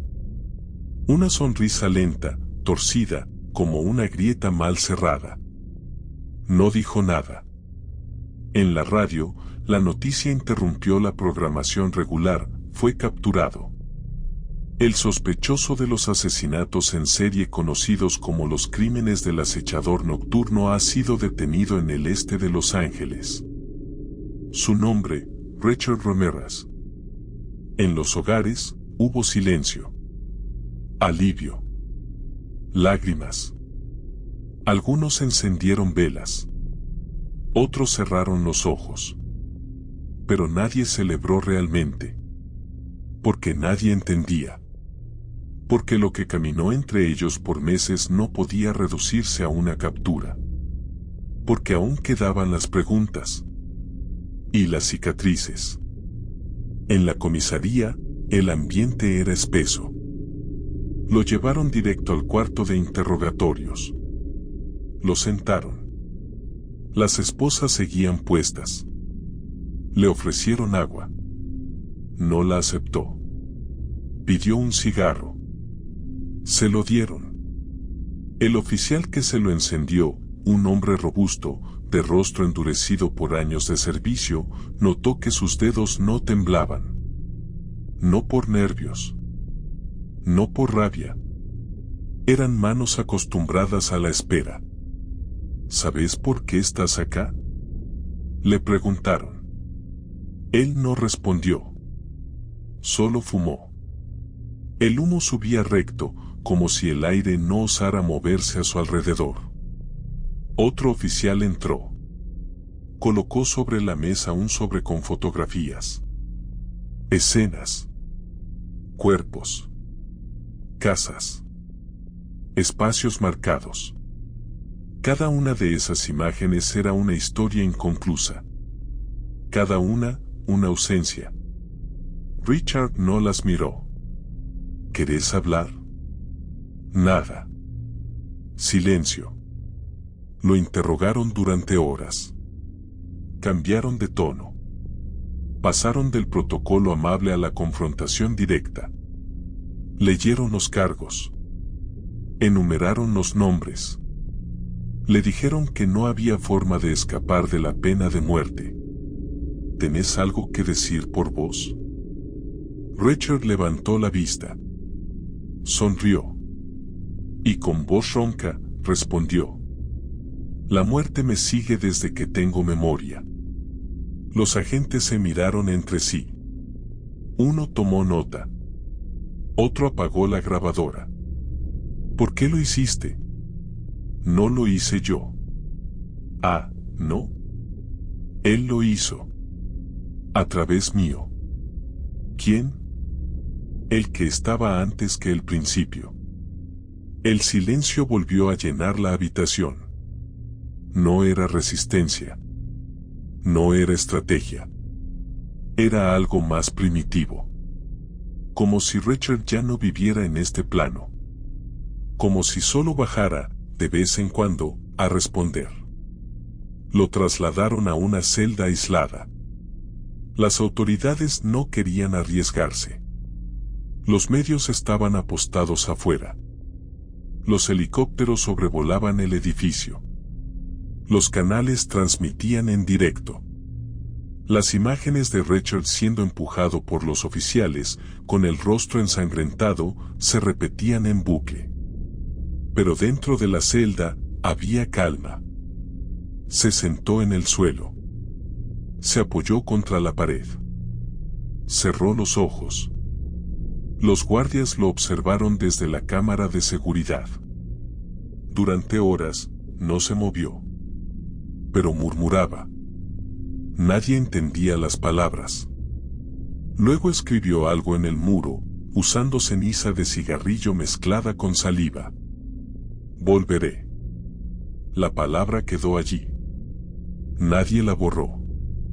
El oficial nocturno dijo: no me pagan lo suficiente para tocar eso.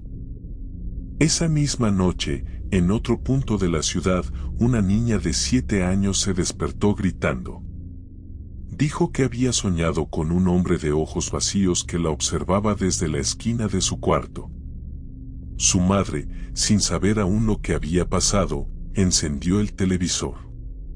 Y ahí estaba el rostro. El mismo de la pesadilla.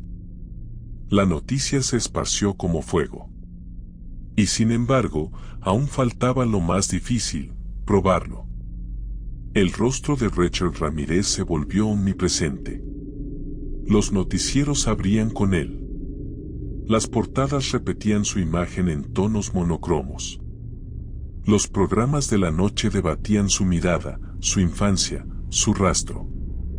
En las radios, periodistas exaltados especulaban con la cantidad real de víctimas.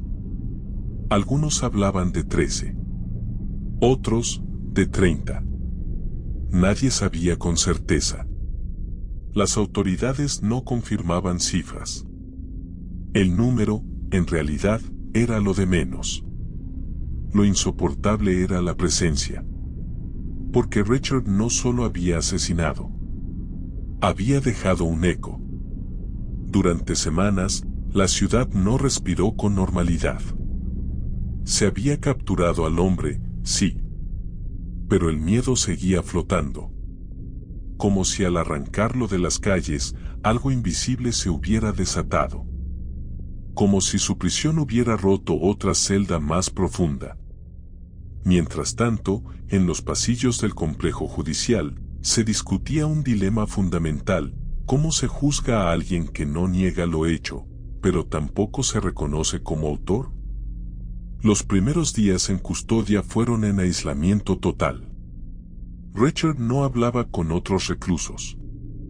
No salía al patio. No solicitaba visitas.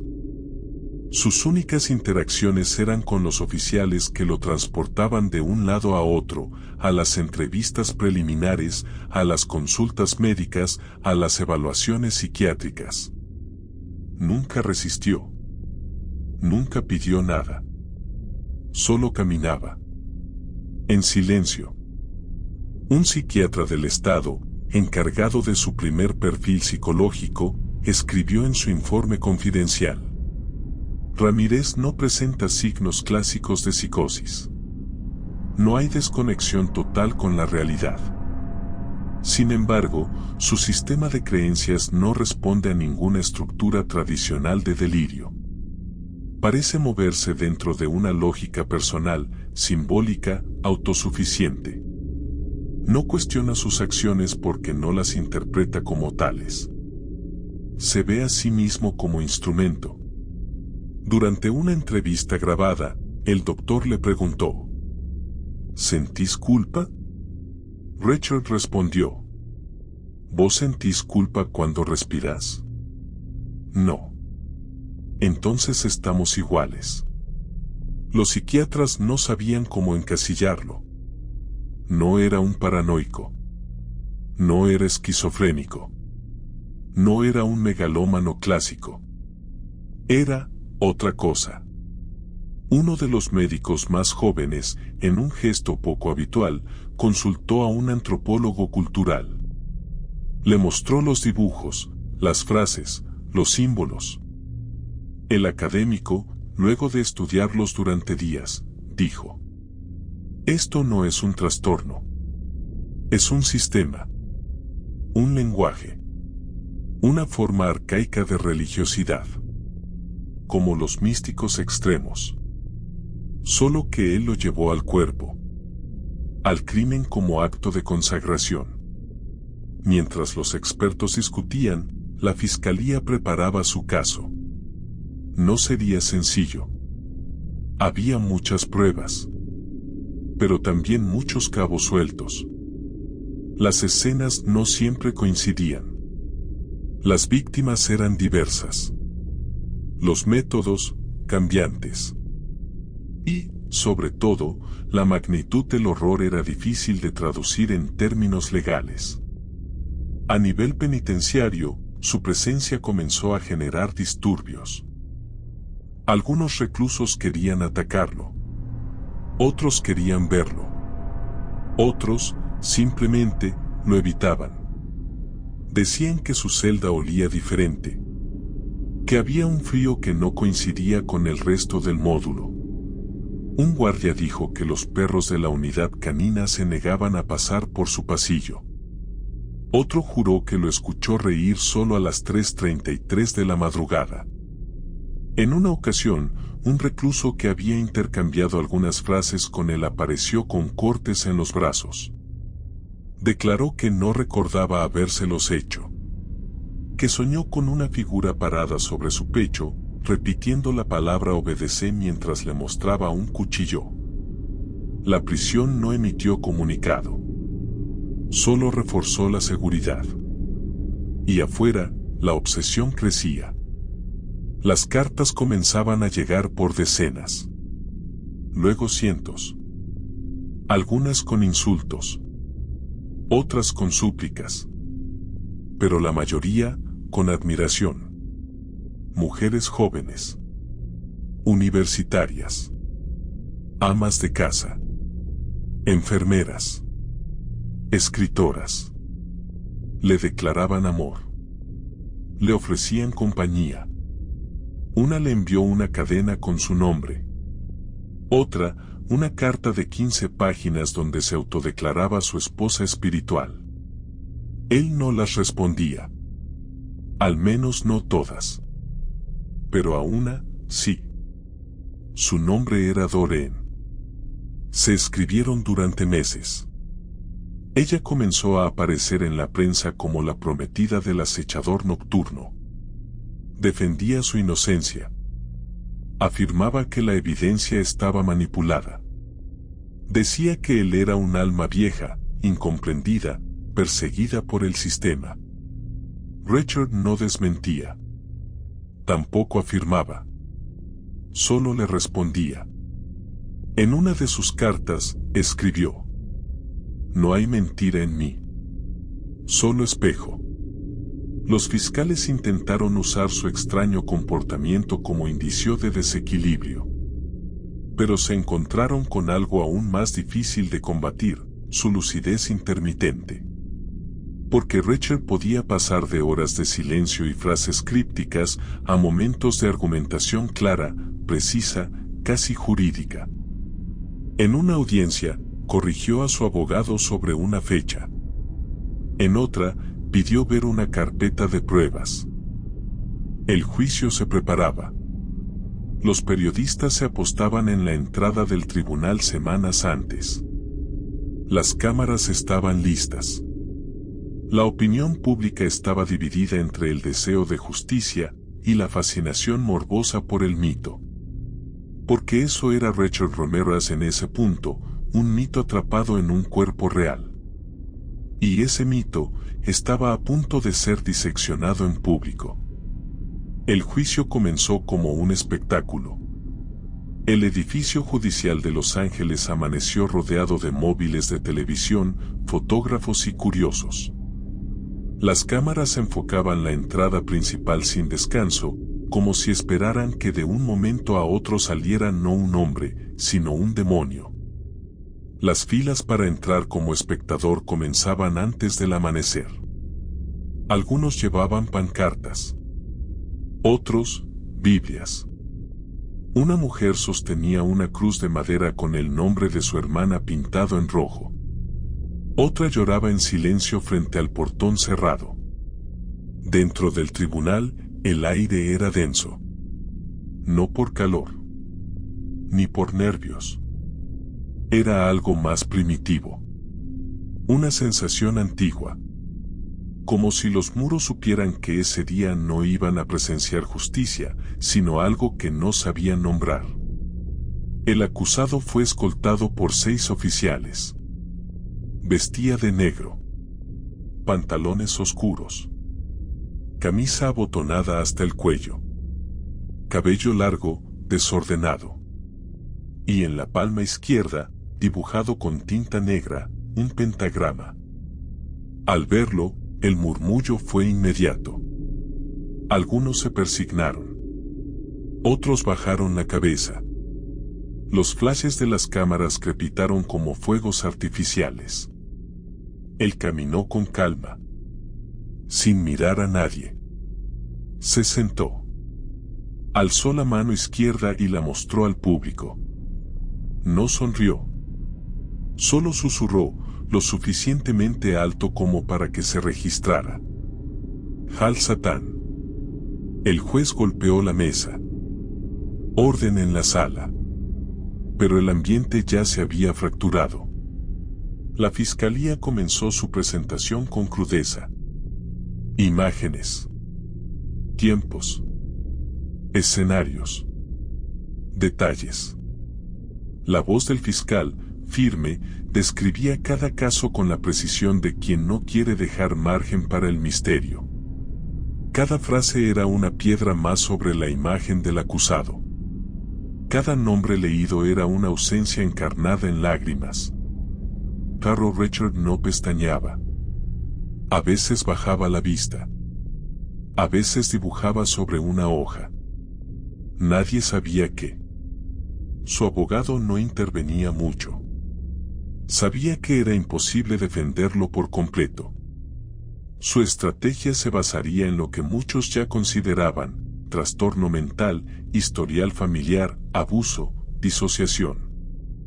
El público no lo veía así. Para ellos, él sabía lo que hacía. Los testimonios comenzaron. Uno por uno, los sobrevivientes. Las voces quebradas. Las descripciones de las noches de horror. Una mujer relató cómo Richard le había apuntado con un revólver mientras la obligaba a rezar en voz alta a Satán. Otra contó cómo le hizo prometer, entre sollozos, que sería su novia de sangre.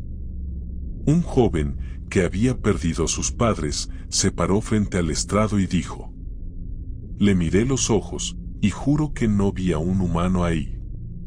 La prensa recogía cada palabra. Los titulares eran feroces. El mal en carne viva. El hijo del diablo. El monstruo de la autopista.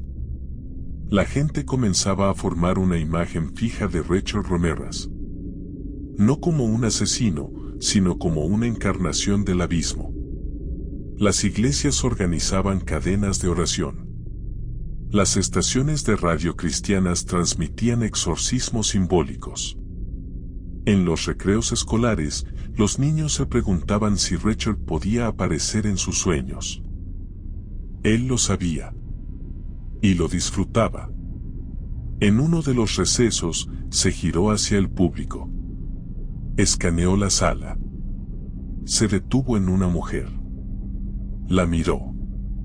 Luego le guiñó un ojo. Ella se desmayó. El fiscal pidió que se limitara el contacto visual. Pero el daño ya estaba hecho.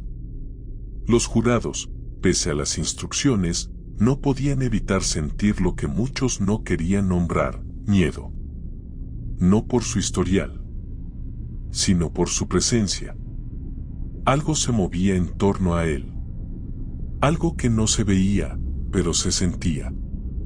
El juicio continuaba. Día tras día. Mes tras mes. Y Richard seguía allí. Imperturbable. Hasta que, una tarde, habló. Se le preguntó si tenía algo que decir antes de que se mostraran las evidencias de ADN, huellas y escenas. Él tomó el micrófono. Respiró. Y dijo: «No soy el que ustedes creen. Soy el espejo. El reflejo de lo que siempre estuvo ahí. Yo no traje el mal. Solo lo dejé salir». El juez le ordenó detenerse. Pero el silencio en la sala lo decía todo. Había hablado. Y todos lo habían escuchado. Las últimas semanas del juicio parecían más una ceremonia que un proceso judicial. Finalmente, llegó el día. La sala estaba llena. Las cámaras encendidas. El juez entró. El jurado también. El público respiraba como si contuviera la vida misma. Richard miraba hacia el frente. Ni expectante ni desafiante. Solo, esperando. El veredicto fue leído con voz firme. Culpable de 13 asesinatos. Culpable de 5 intentos de asesinato. Culpable de 11 agresiones sexuales. Culpable de múltiples robos, allanamientos y actos de tortura. El silencio posterior fue absoluto. Y entonces, el juez pronunció la sentencia. Pena de muerte. El verdugo sería el estado de California. El método, inyección letal. El lugar, corredor de la muerte en la prisión de San Quentin. En la sala, algunos lloraron. Otros aplaudieron. Un par de víctimas abrazaron a sus familias. Richard se quedó en silencio. Luego sonrió. Y dijo, mirando a las cámaras: «Big deal. La muerte siempre estuvo conmigo. Nos vemos en Disneylandia». La frase dio la vuelta al mundo. Las reacciones fueron inmediatas. Unos la tomaron como burla. Otros como síntoma de demencia. Pero hubo quienes, con voz baja, dijeron que no era una broma. Que, de alguna forma, él sabía que la muerte no era el final.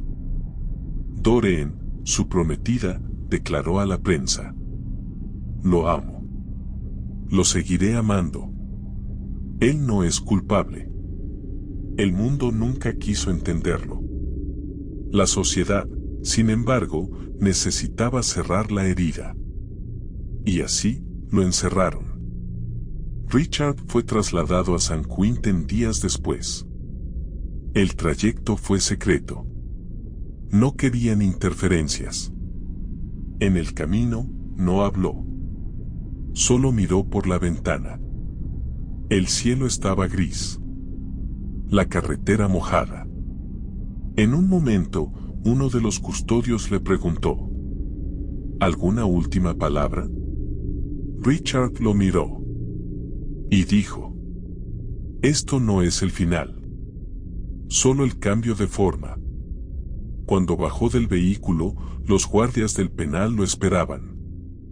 Algunos lo habían visto por televisión. Otros habían leído sobre él. Pero todos, al tenerlo frente a frente, sintieron lo mismo. Frío. Lo escoltaron al módulo de alta seguridad. Le asignaron una celda. Le entregaron la ropa. Las reglas. El protocolo. Esa noche, mientras el resto de la prisión dormía, uno de los oficiales se detuvo frente a su celda. Miró a través de la rendija. Y allí estaba Richard. De pie. Desnudo. Frente al muro. Hablando en voz baja. Con una sonrisa que no era humana.